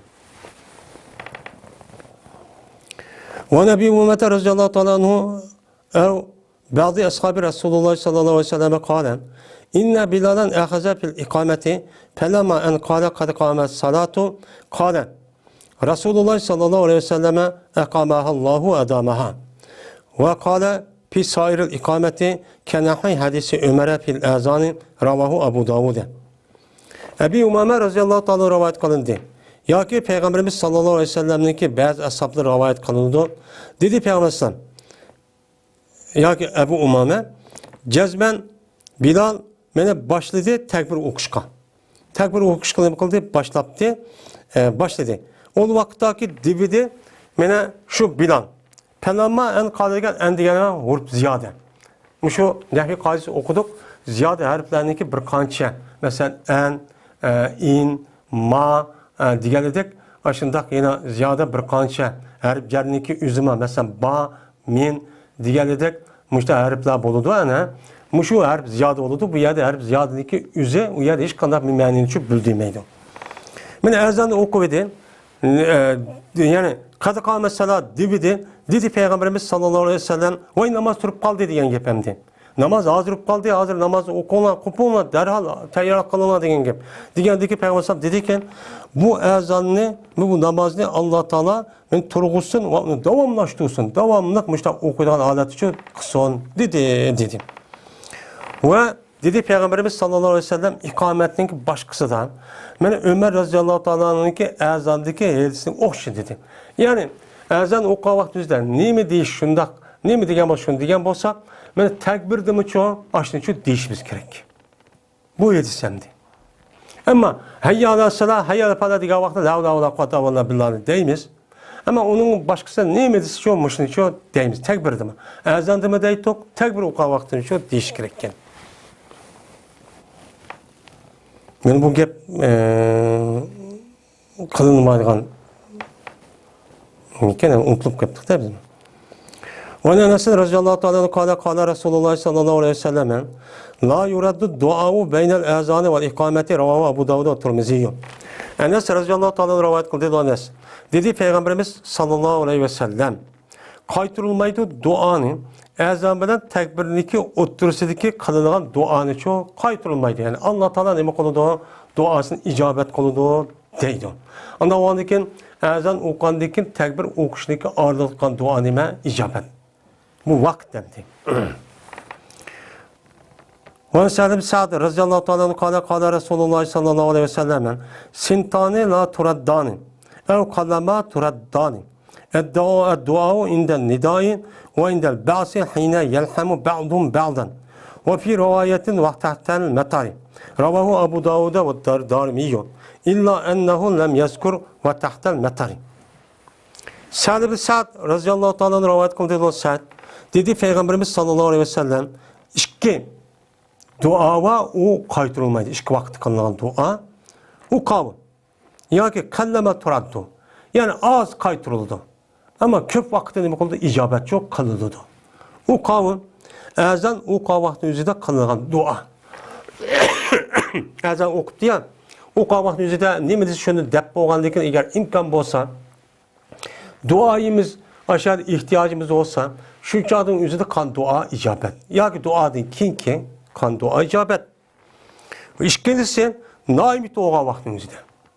Mene dünyanın ümidin üzüp resmi o adam garip biz işçidin muşunda vaktin üzerinde. Mene kan dua icabet ki yani yaz. Yani kandak vakitte ol bir zaman deyken mene kallık urşudu ulanı ki bez söylen. Aşu yanak mücahit kapırdan urşup aşında kırıp içi kirişip muşunda kavaktık üzde o adamın namit oludu. Namit olup endi vay kapırla besvaldi vay biz mağlup olduğun şeyimiz diyen aşında ümitsizliğe vakti üzde kılınan dua. Ey Allah men Peygamberimiz açta kaldı ya şunda dua. Men muşunda adet çıkıp kaldık bizgir yardım kısla dep açta dua kısa men şu vaktin üzde Allah bu adamın duası için icabet kıldı deydim. Ve yine bir rivayette yağmurununki tehdide. Yani yağmur yağan vaktin üzerinde kılıngan duanınki üzün imamı icabet. Çünkü yağmur degen bereket, rahmet. Allah'ın berketi hem rahmeti olmadı ki şunu asasen, şunu közlep durup, şunu niyet kıp durup, kısak uçan üzerinde bu dua hem de şu rahmetken nailip kalsak, şununki nemisiken Allah'ın rahmeti düşkendiyken bunu kuma yine Allah yine benim ihtiyacımı düşürüp edip dua kısak onunla koşulup nim buludu, icabet çok buludu. Mene bu hadisi İmam Abu Davud ve Darimi rivayet kıldı. Lakin cazmen bu İmam Darimi ve tahtel metari diyen bu nimine zikir çok kıymeti. Ve Abdullah ibn Ömer'in radıyallahu ta'ala anhu kâle raculun ya Resulallah innel muezzinine yufaddilunana. Fekâle Resulullah sallallahu aleyhi ve sellem kul kema yakulune feyzen teheyte fesel tu'te. Ravahu Abu Davud. Abdullah ibn Emr radıyallahu ta'ala rivayet kıldı Abdullah. Dedi bir adam ya Resulullah cezmen muezzille artık ketti, işip ketti ola bizdi. Muezzille ezli okuş arkalık bizden savap eriş cihette aldığımız için kitip kaldı deydim. Bu sahabına müştaktı. Savap işta, savap eriş, yaxşılık iş kılış arkalık bunu çok karşılık savap eriş cihette bunu da besleşti. Ve işlik mene kalan bir qancha hedisi var. Mene muşda işip ketdi muazzilning mukofot mushtaq tutsa deb. Hozirgi dunyoda işip ketdi pul tep, ma işip ketdi ümnimi tepip deb undaqtu dunyolik moddiy narsa musobaqa qilishmaydi ular. Faqat oxiratlik narsa nima qilibdi? Musobaqa qilishdi. Shuning uchun qiziqdi bular. Şu biz onu unutulup qolgandan keyin, ma dunyo degandan keyin, u dunyoni unutulup qoldik, mana degandan keyin ishingizni eling deb Allah bizga için taşraf koyuyor. Endi bunu kan bolsak, bu ahiret dünyanı kan bolsak Allah ma dünyalığımız için berdi. Bu hadisi var. Ben onu bu dinni dep kısa men qağa işten hem dünya işi men o adamga hazırlap beraman degan mazmunda. Degandagi Peygamber dedi: "Kul ma kama yaqulun." De anda bilmez oxşayık değil muazzildan. Sen muazzin ne bilirsen sen şunu oxşaş desen sen şu mukafatı alırsan. Kaçardı ki yessen yani tügetsen azanını tüketipsen uçarınızda sonra birdirsen. Sen Allah Teala'nın nimini sorsan, kayıs savapını soraysan, kayıs mukafatını nimişini sorsan şu çan üzerinde Allah sana nime kuludu berdi o. Dedi deydemdi. Fesel to'ta. Bu mecul pil. Ata yotedin çıkan. Evet. El fesul salisu. En Cabir radıyallahu ta'ala anhu kâle Samiyetu Nebiyye sallallahu aleyhi ve selleme yakulun İnne şeytana iza samiyet nida'a bis salati zehebe hatta yekunu mekâne ravhâi Kâle ravi ve ravhâ'u minel medineti ala sittetin ve selasine milen Ravahu Muslimun Üçüncü fasl. Cabir radıyallahu ta'ala'nın rivayet kılındığı dedi ol Cabir. Anladım ben Peygamberimiz sallallahu aleyhi ve sellem'de deydi ki cezmen şeytan kaçan ki anlasa bu şeytan beni ezan okuyanlığını namazga. Namazga ezan okuyanlığını beni şeytan anlasa ketidi bu şeytan hatta ki boludu o şeytan Ravha degan joy deb qoladi. Yani Medine'deki şehirden jiroq bir yavaken mene dedi ravi Ravha degan Medine'mden mene 36 mil deydi. 36 mil keladigan Medine'mden men shu yergacha qochib ketadi deydi. 36 mil degan 1 mil degan 1,5 kilometr etrafida, yani 2 kilometrga yaqin. Anda o'g'andan keyin mene 36 o'g'andan keyin bu yerda men 50-55 kilometr etrafida yerga shu yerda qochib ketadi ekan. Nima? Shayton.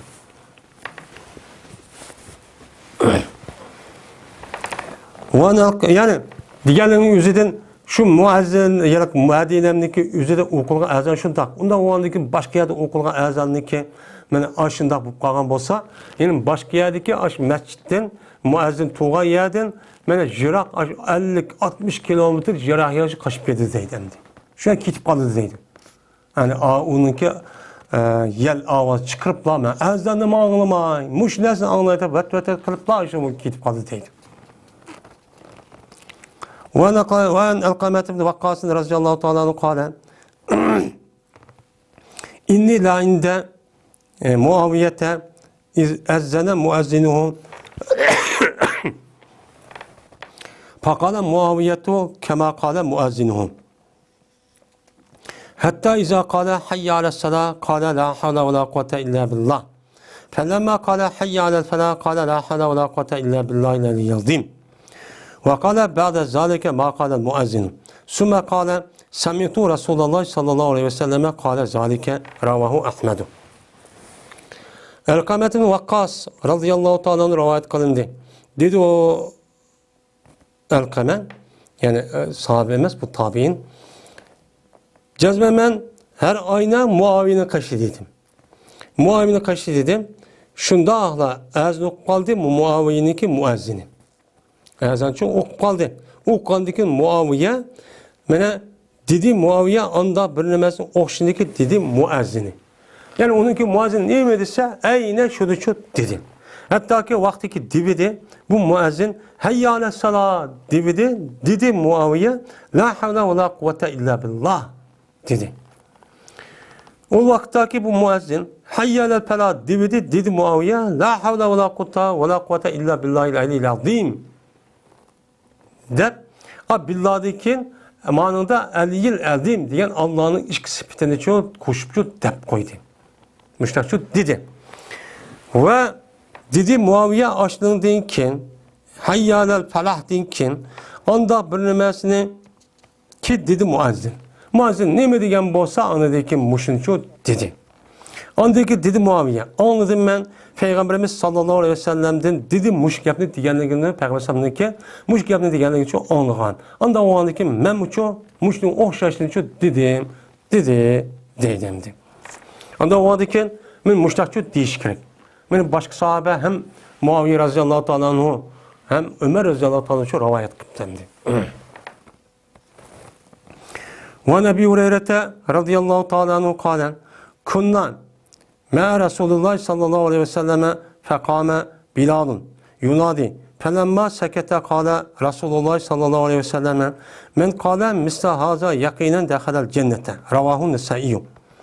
Ebu Hureyre radıyallahu ta'ala rivayet kıldı dedi Ebu Hureyre bir biz Peygamberimiz sallallahu aleyhi ve sellem bilen bil idok onundaki tudi Bilal radıyallahu ta'ala anhu azan adeti ki ezn okuydu.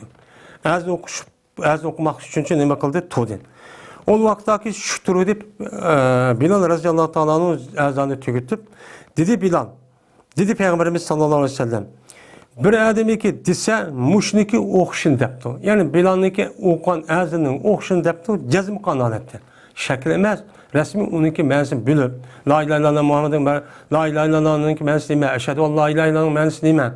Deganidek mushniki ma'nosini bilib, rasmiy tushirib, ichida jazm qilib 100%. Men mushunda degan bo'lsa, bu odamniki o'zi men jannatga kirdi de Peygamberimiz sallallahu aleyhi ve sellem müştahço dedi deydi. Ve Aişete radıyallahu ta'ala kâlet kâne nebiyyü sallallahu aleyhi ve selleme İzâ semi'el muezzine yeteşehhedû kâle ve ana ravahu Abu Davud.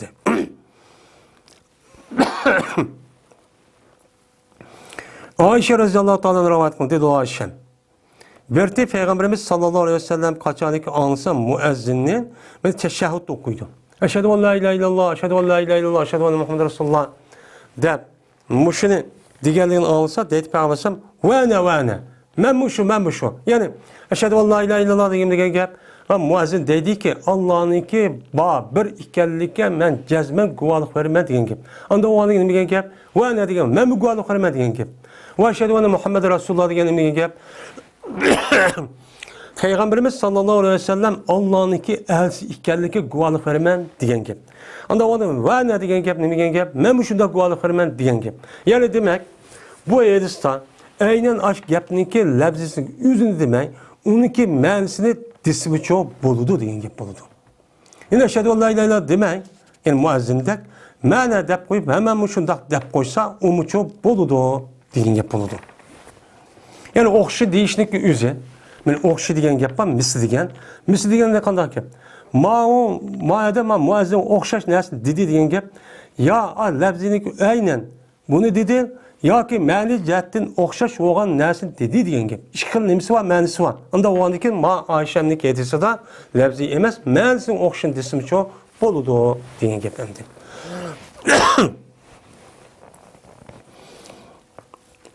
Van ibn Umar radhiyallohu ta'ala anhuma anna Rasululloh sallallohu alayhi vasallam qala: "Men azzana sintay asharata sanatan وجبت له الجنة وكتب له بتعزينه في كل يوم 60 حسنة ولكل إقامة 30 حسنة رواه ابن ماجه.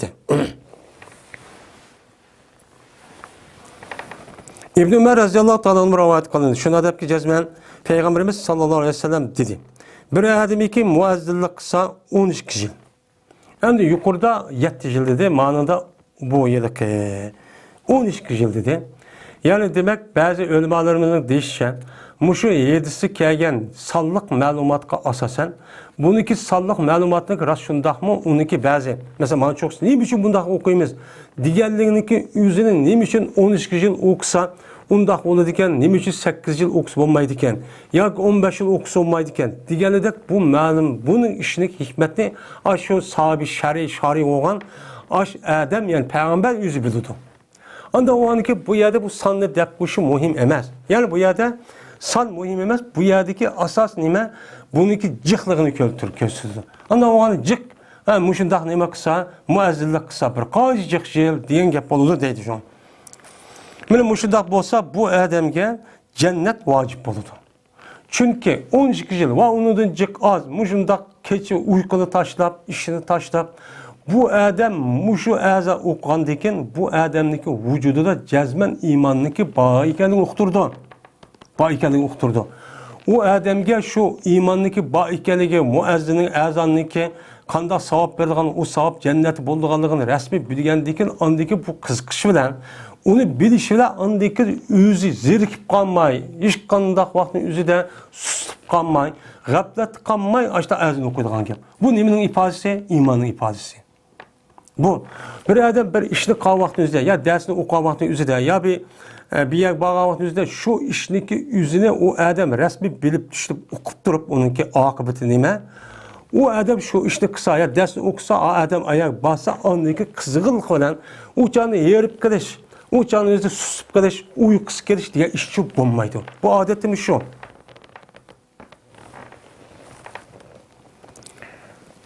Ve yezildi şu adamga, şu adamning azan o'qiganligiga barobarga her kundagi azan o'qiganligiga barobarga yezildi qanchani 60 hassada shu yezildi.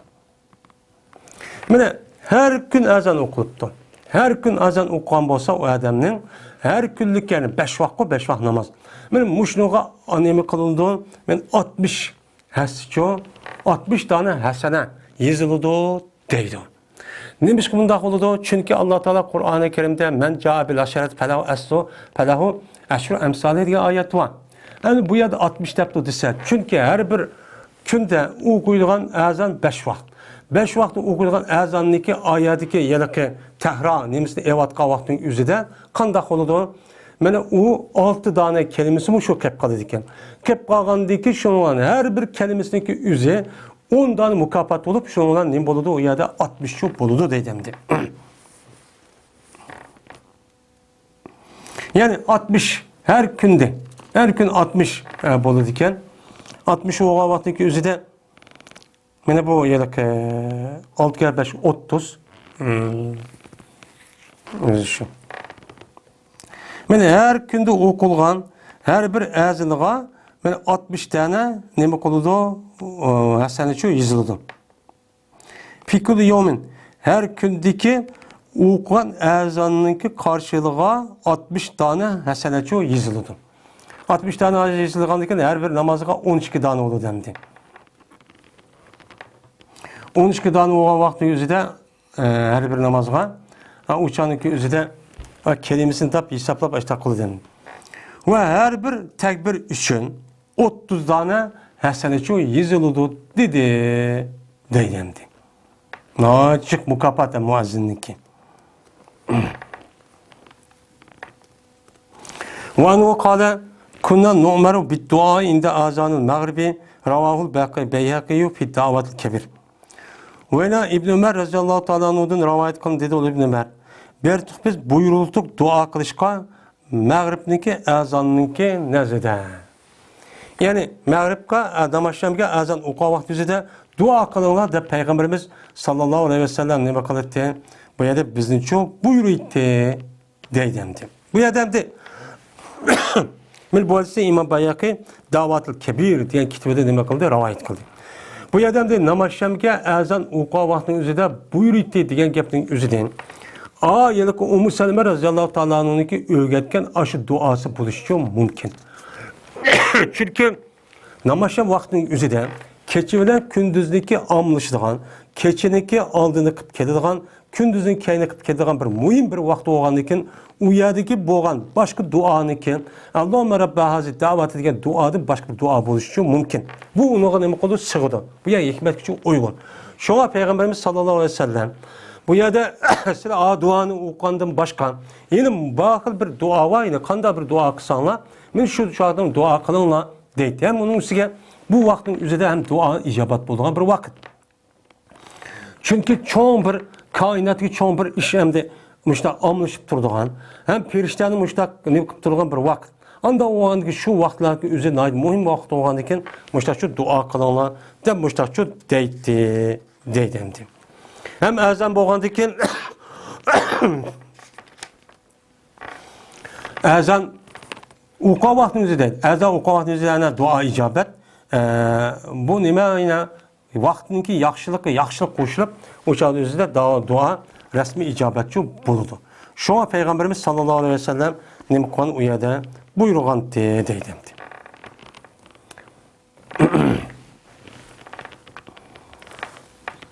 Ve ahir da'vana enelhamdu lillahi rabbil alemin.